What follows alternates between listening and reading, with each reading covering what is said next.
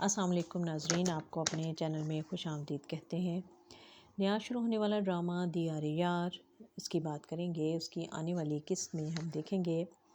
کہ فہمیدہ جو ہیں وہ آتی ہیں بی جان کے پاس اور ان کو کہتی ہیں کہ ہماری دیباج کو لڑکی پسند آ گئی ہے، اور اس کے موبائل میں وہ تصویر دکھاتی ہیں جو کہ رباب کی تصویر ہے، اور بی جان بہت خوش ہوتی ہے۔ اور پھر اس کے بعد دکھایا جاتا ہے کہ شامیر جو ہے وہ اپنے دوستوں سے کہتا ہے کہ میں کیسے اپنی حیثیت جو ہے وہ اس پر ظاہر کر سکتا ہوں، وہ مجھے بہت امیر آدمی سمجھتی ہے، جبکہ میں تو ایک غریب آدمی ہوں اور میرے پاس تو کچھ ایسا کچھ نہیں ہے، لیکن میں اب اس کے سامنے اپنی ساری حقیقت بیان نہیں کر سکتا۔ اور اس سے پہلے ہم نے دی آر یار کی قسط میں دیکھا کہ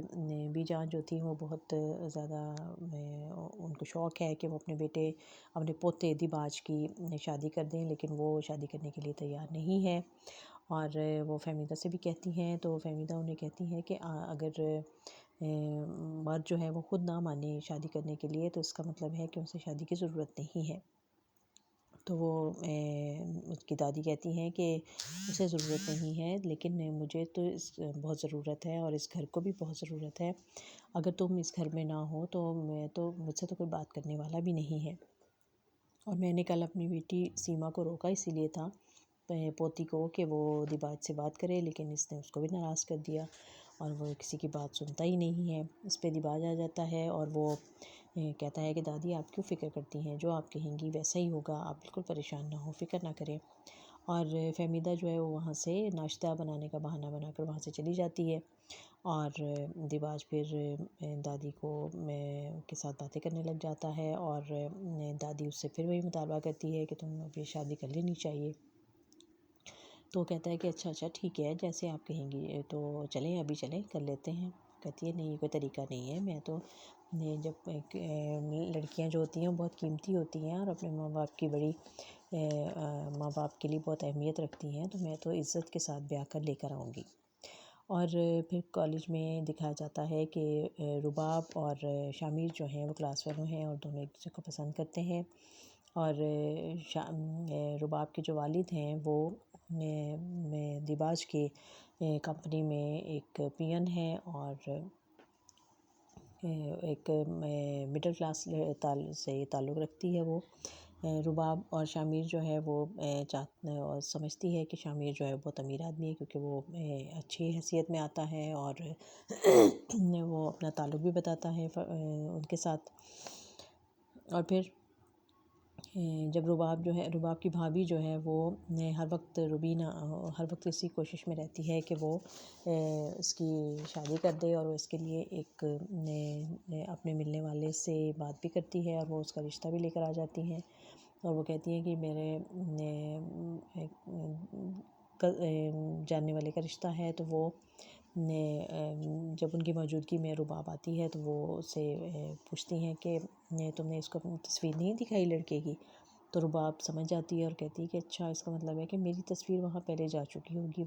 تو وہ خاتون کہتی ہے کہ ہاں اسے تو تم بہت پسند آئی ہو۔ تو رباب پوچھتی ہے کہ اچھا، تو وہ اس کی عمر کیا ہے؟ کہتی ہے ارے مردوں کی عمر کون دیکھتا ہے، اس کی تو تنخواہ دیکھی جاتی ہے، وہ کتنا کماتا ہے۔ پھر وہ اس کی تصویر دکھاتی ہے، تو وہ رباب کہتی ہے کہ آپ کی بھی تو چھوٹی بیٹی ہے، اور اب وہ میرا خیال ہے اس قابل ہو گئی ہے کہ اس کی شادی ہو جائے، تو آپ کیوں نہیں اس کی شہزادے جیسے سے شادی کر دیتی؟ تو اس کو بہت برا لگتا ہے اس کی بات، وہ کہتی ہے کہ ابھی تو وہ پڑھ رہی ہے۔ تو کہتی ہے کہ یہ تو 40 سال کا ہے، تو کہتی ہے تو آپ خود ہی تو کہتی ہیں کہ مرد کی تنخواہ دیکھی جاتی ہے، اس کی عمر نہیں دیکھی جاتی۔ اور وہ اس طرح سے باتیں بنا کر اس کو وہاں سے ٹال دیتی ہے۔ اب اس کی بھابھی اس بات میں بڑی ٹینشن لیتی ہے کہ یہ میری کوئی بات نہیں مانتی، میری بات نہیں سنتی، اور اس طرح سے وہ تو کوششوں میں لگی رہتی ہے، لیکن وہ اس کی ٹو میں بھی لگی رہتی ہے، جب وہ کہ رات کو یہ کسی سے فون پہ بات کر رہی ہے، اگر یہ جا رہی ہے تو یہ کس سے مل رہی ہے، اور یہ ایک لحاظ سے تو اس کا اچھا عمل ہے کہ یہ بھابھی، اور اس کا یہ فرض بھی بنتا ہے کہ وہ دیکھے کہ اس کی نند جو ہے وہ کوئی ایسا اس کے ساتھ کوئی معاملہ نہ پیش آنے والا ہو، لیکن یہ اس کو بہت برا سمجھتی ہے، اور اس کو کہتی ہے کہ ہر وقت میری ٹو میں لگی رہتی ہے، اور وہ اس کو بی بی ٹو کہتی ہے۔ اور جب وہ ایک دفعہ سن لیتی ہیں ان کی باتیں تو وہ پوچھتی ہے اس سے کہ تم کس سے باتیں کر رہی تھی؟ تو وہ کہتی ہے ہاں میں کسی سے کر رہی تھی باتیں. کہتی ہے اچھا تو کون ہے وہ؟ تو وہ اس کو بتاتی ہے کہ میرا ساتھ پڑھتا ہے. اور تو بھابھی کہتی ہے کہ کیا وہ تم سے شادی کرے گا؟ تو کہتی ہے ہاں ہاں بالکل، کیوں نہیں کرے گا.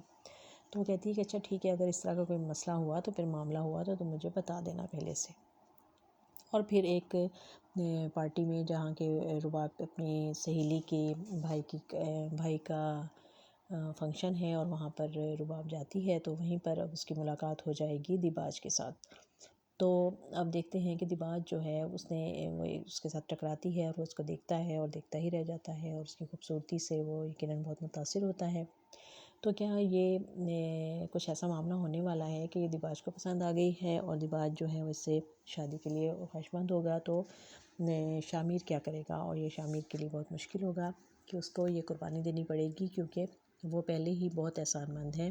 اور اس کی ماں تو پہلے ہی اپنے بھانجی کو پسند کر چکی ہے اس کے لیے، اور وہ بار بار کہتی ہے کہ میں تو عروبہ کو ہی دلہن بنا کر لاؤں گی اس گھر میں. تو اب دیکھنا یہ ہے کہ کون کامیاب ہوتا ہے. کیا دیباج جو ہے وہ اس لڑکی سے شادی کے لیے مان جائے گا اور اپنی دادی کی خواہش پوری کرنے کے لیے وہ شادی کر لے گا اس سے، اور یا شامیر جو ہے وہ جو کہ کسی سے ابھی یہ بات نہیں کر پا رہا ہے اور کسی کو بتا نہیں پا رہا ہے اپنی محبت کے بارے میں، تو کیا وہ ایسا کچھ بتا سکے گا یا نہیں. لیکن یہ جب اس پہ اچانک یہ بات کھلے گی تو پھر کیا ہوگا اور یہ سارے معاملات آگے کیسے چلیں گے؟ دیکھتے رہیے یہ ڈرامہ دی آر یار.